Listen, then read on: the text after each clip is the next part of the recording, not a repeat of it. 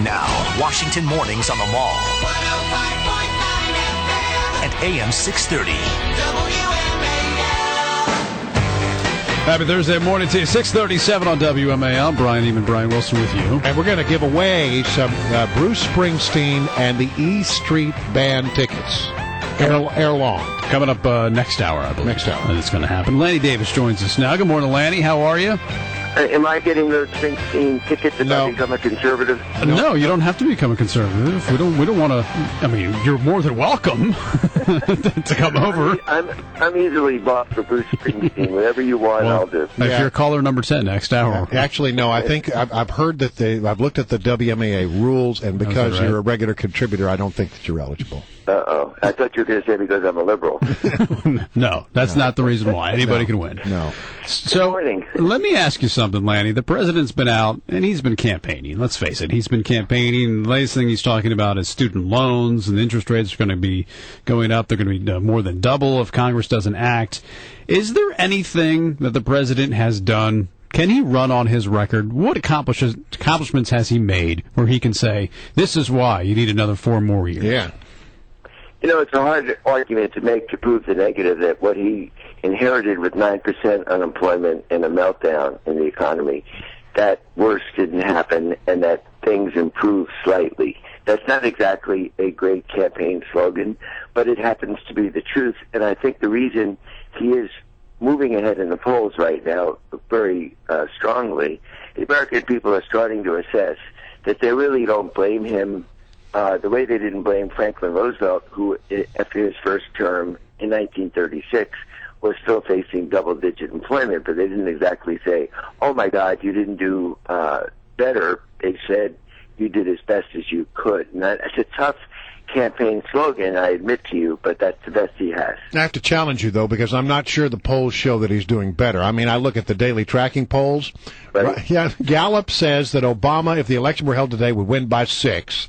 Rasmussen says if the election were held today, Romney would win by 5. And Fox says it's a dead-even tie. But he's the incumbent. Gallup a week ago had Romney ahead, and there was a sudden surge in their overnight polling. They do these tracking polls 4 nights in a row, 2,000 voters, very highly accurate poll, but it can change, depending on the headline. Look, there's no question President Obama risks defeat because he hasn't really gone over 50% approval rating all year long. I think he just hit Gallup's tracking poll yesterday for the first time in about 3 months.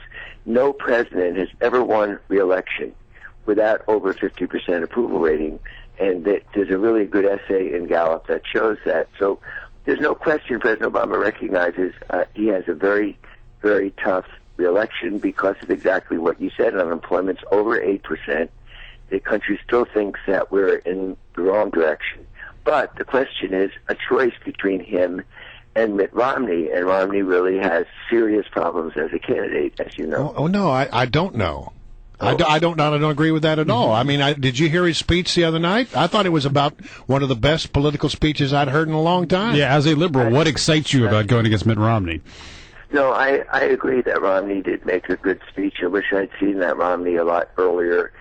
He had to pander, flip-flop, and actually say that Seamus liked it on top of the car. Here we go. Here we go again. You still want to go to the dog, huh? Get over that. But look, I do agree if that's the Mitt Romney we're going to see going forward, and he is a strong man, and I do think he has admirable qualities. They just weren't coming through.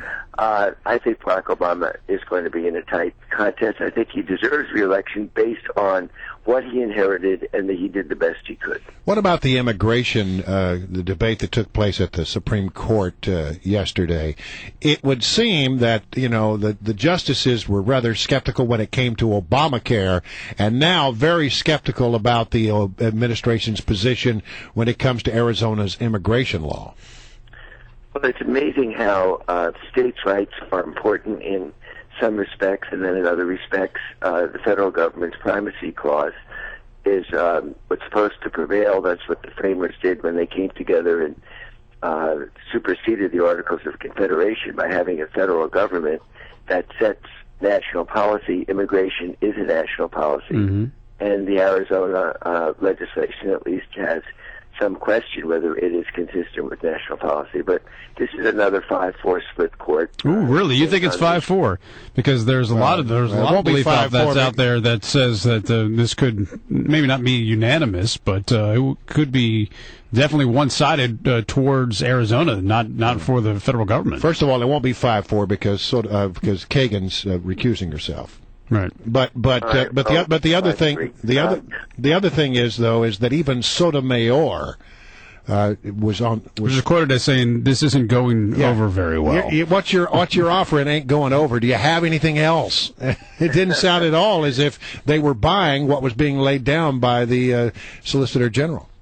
Well, I'm not sure how I would go on the case. If it were the state of Maryland, I would say we Marylanders know what we're doing, and it's not up to the federal government to tell us what to do. If it's Arizona, I would say, no, Arizona, you don't know what you're doing. I know better than you do. Whoever expects consistency of this particular... I think it's a very tough question between states' sovereignty under the 10th Amendment versus federal government supremacy. That's been the tension since all the compromises occurred at the Constitutional Convention. And you guys know that the Constitution is subject to interpretation. This idea of strict constructionism or non-activism, it depends on the issue whether Antonin Scalia is a strict constructionist or whether he's an activist. I remember him being pretty activist when he voted in favor of overturning the election of Al Gore in 2000. But Lanny, you got to admit that if the Supreme Court strikes down Obamacare and strikes down this challenge to Arizona's immigration law, politically that's not good. Politically, that is devastating to the Obama administration. This is two that they really staked themselves out on, and the Supreme Court, it does appear to many, is poised to strike both of these positions down. It's one of those things is what really affects the swing voter. I think the Republicans will be cheered that Obama has had his legislation overturned. I think Democrats will say, well, he tried, and nobody's mind will be changed. The real question we should address most mornings is, are the events of the last week affecting that swing voter between the 40-yard lines? And I hate to constantly say this, but it's the one thing I focus on. Barack Obama needs to stake out the center of the political spectrum the way Bill Clinton did on economic and fiscal responsibility. He's got to start talking about the debt, and that's why I think Simpson Bowles is still his best bet. All right, Lanny, good to talk to you as always. Oh, by the way, what's worse, a dog on the top of your car or a dog on the roof of your mouth? I pray for Seamus every day. Every day I say, poor Seamus. Okay, all right. Take care, guys. See you, Lanny Day.